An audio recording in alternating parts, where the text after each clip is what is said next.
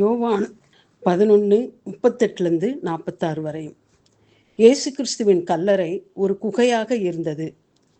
கல் புரட்டி எடுக்கப்பட்டிருந்தது. The angels removed the stone and sat on them. வேதாகமத்தில் சிலர் குகையில் இருந்ததையும் அவர்களை ஆண்டவர் எவ்விதம் வெளியே கொண்டு வந்தார் என்பதையும் நாம் பார்க்கலாம். முதலாவது, லாசருவின் கல்லறை. குகையிலிருந்து வெளியே கொண்டு வந்த இயேசு இன்றும் நம்மை குகையிலிருந்து வெளியே வரும்படி கட்டளையிடுகிறார். லாசருவை கல்லறை குகையிலிருந்து வெளியே கொண்டு வந்த இயேசு நம்மையும் கூட குகையிலிருந்து வெளியே வரும்படி கட்டளையிடுகிறார். யோவான் 11:38-46 வரை. 4 நாட்கள் ஆனபடியால் நாருமே என்று மார்த்தாள் அவரை நோக்கி கூறுகிறாள். இயேசு கல்லை எடுத்து போடுங்கள் என்றார். நீ விசுவாசித்தால் தேவனுடைய மகிமையை காண்பாய் என்றார். அப்பொழுது மரித்தவன் வைக்கப்பட்ட இடத்திலிருந்த கல்லை எடுத்து போட்டார்கள். லாசருவே, வெளியே வா என்று உரத்த சத்தமாய் கூப்பிட்டார். அதே ஆண்டவர் இன்று நம்மை பார்த்து குகையை விட்டு வெளியே வா என்று கூப்பிடுகிறார். நாம் சரீரத்தில் பிழைத்திருந்தாலும் நம் உள்ளான மனது மரித்த நிலவரத்தில் துர்நாற்றத்துடன் காணப்படுகிறது. பாவம் மனிதனை நாற்றமுள்ளவனாக மாற்றுகிறது. பாவத்தின் சம்பளம் மரணம்.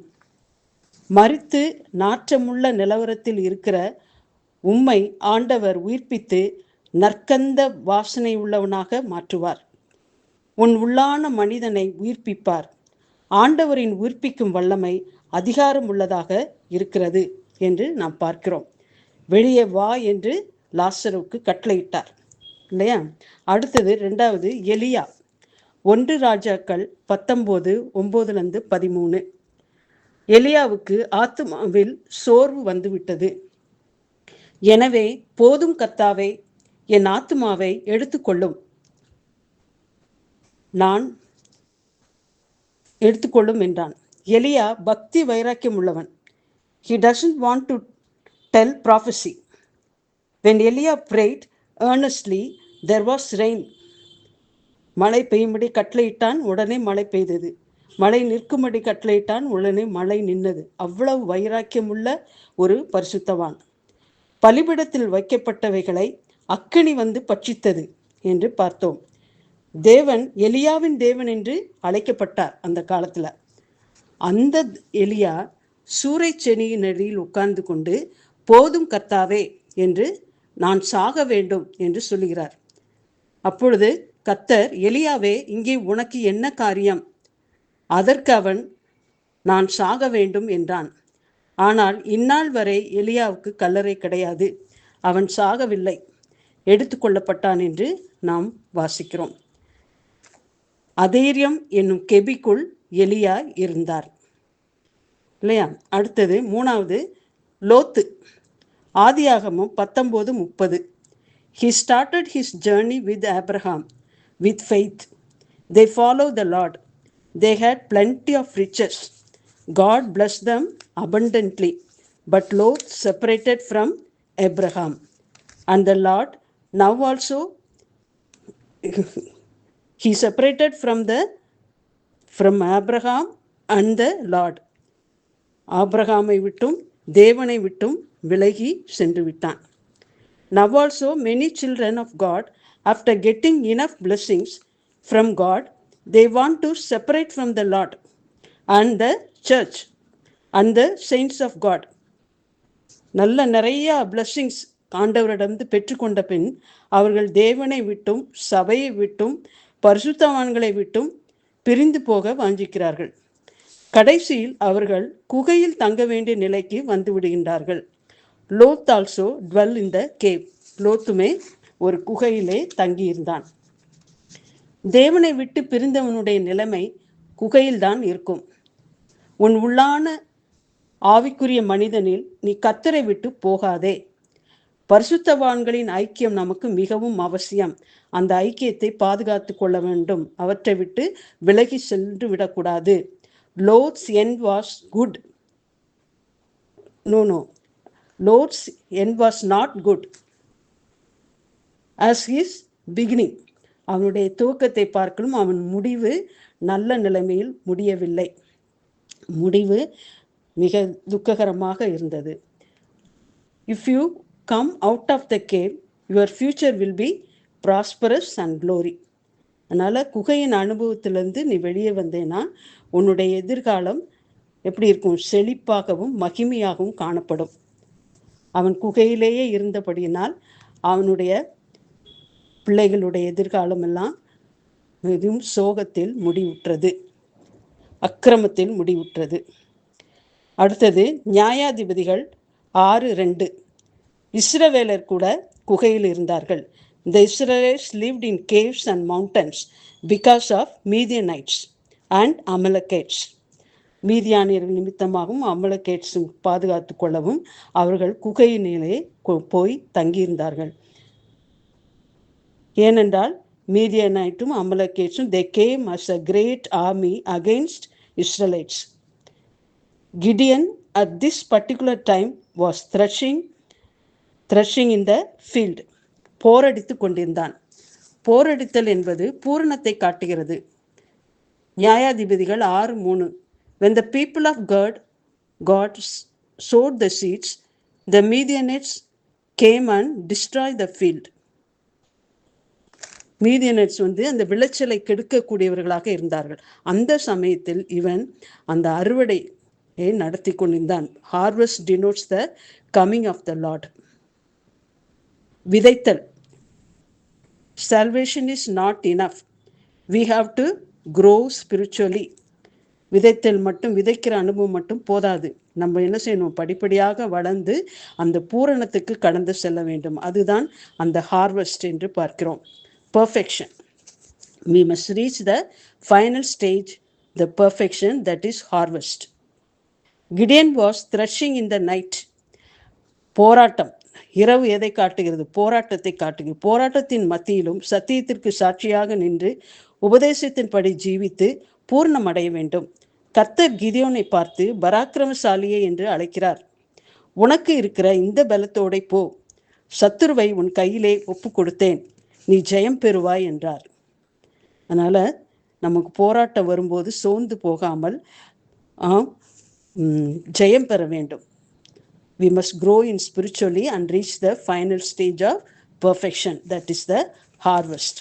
அப்பொழுதுதான் ஆண்டவர் கிதியோனை பார்த்து சொன்னது போல, உனக்கு இருக்கிற இந்த பலத்தோட போ, நான் உனக்கு ஜெயம் தருவேன் என்று சொல்கிறார். மீதியானியரை உன்னிடத்தில் ஒப்பு கொடுப்பேன் என்று வாக்கு பண்ணினார். அந்த வாக்கை நிறைவேற்றினார். 5வதாக நாம் பார்த்தோம்னா தானியேல் 6:7. The envy of a man take us to the cave. தானியேலை அவன் கூட இருந்த பொறாமை நிமித்தம் அவனை அந்த குகை போன்ற அனுபவத்துக்கு கொண்டு போய் சேர்த்து விட்டார்கள். The same God who brought out Daniel from the cave is working for you. தானியேலை சிங்கக்கெபியிலிருந்து வெளியே கொண்டு வந்த, சேதம் ஒன்று அணுகாத, சிங்கங்கள் அணுகாதபடி பாதுகாத்த தேவன் உன்னையும் கூட அந்த குகையில் அவர்கள் பொறாமையினால் தள்ளிவிட்டாலும் உன்னை பாதுகாக்க வல்லவராக இருக்கிறார்.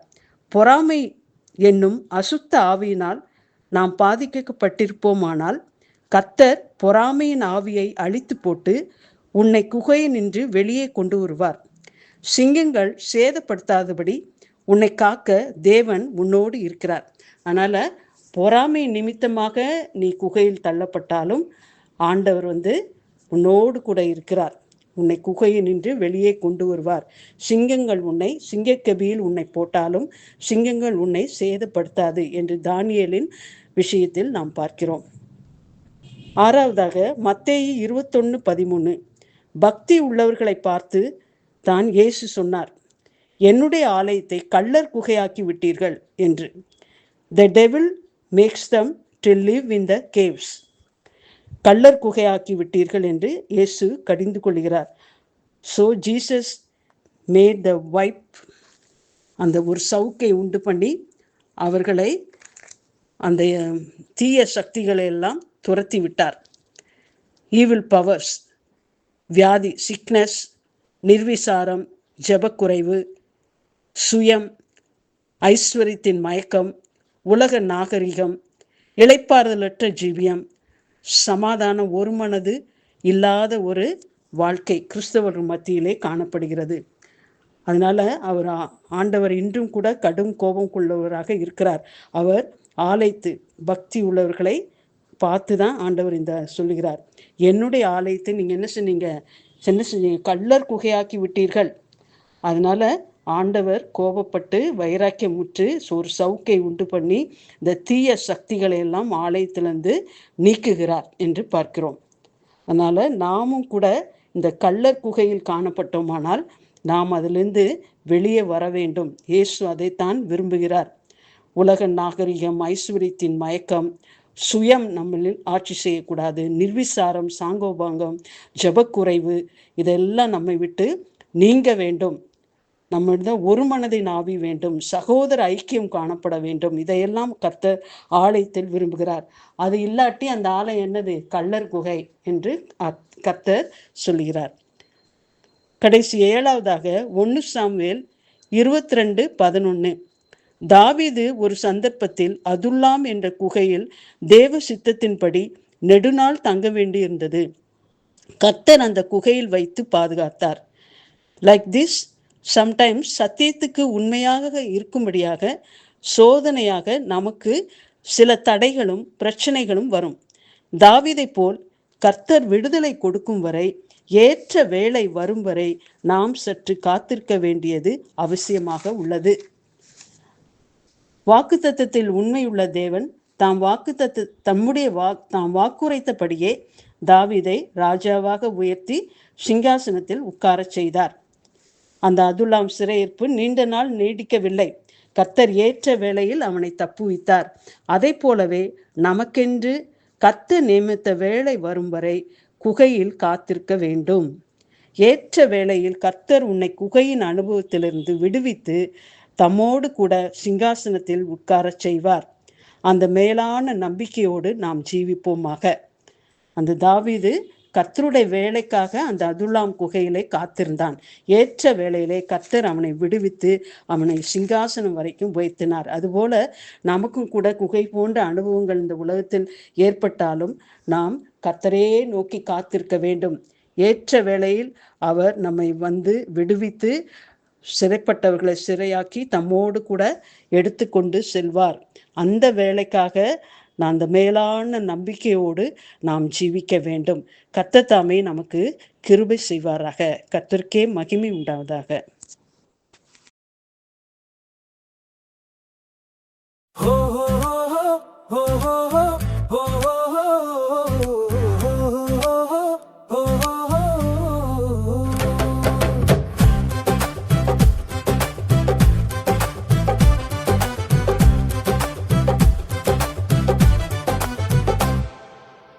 உன்னத பரமனின் அடைக்கலமே, அஞ்சியவனுக்கு புகலிடமே.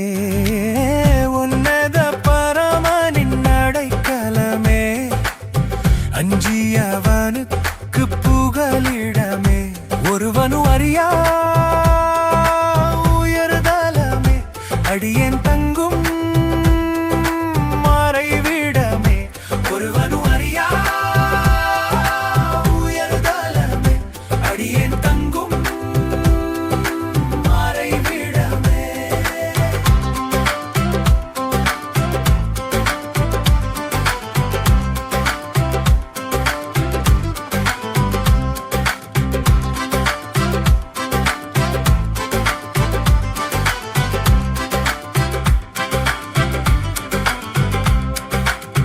வேடரின் கண்ணி வார்த்தைகளும், வஞ்சகரின் தீச்சூழ்ச்சிகளும், கொள்ளை நோயும் கொடிய விஷமும், கோரமான பயங்கரமும் நாளும் என்னை அணுகினாலும் அவர் சமூகம் காத்திடுமே.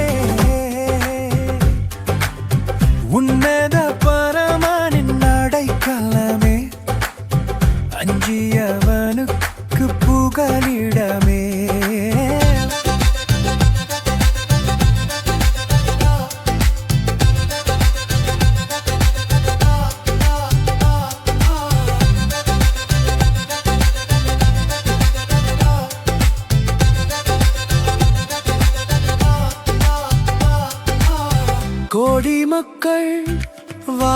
வார்த்தையாலே கதறி நித்தம் திகைக்கின்றார்.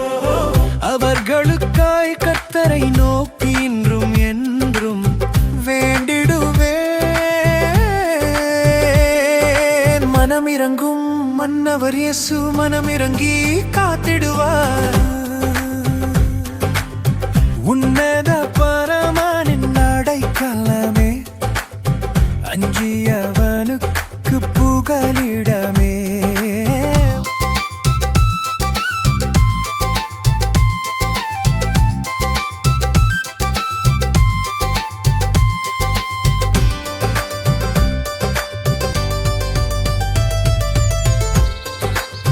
தீங்கு செய்யும் மிருகத்தையும் சீறி நிற்கும் பாம்பினையும் பயந்திடாமல் நோக்கி நடந்து மிதித்து நானும் சென்றிடுவேன். உயரமான அடைகலத்தில் நாளும் பொழுதும் வாழ்ந்திருப்பேன்.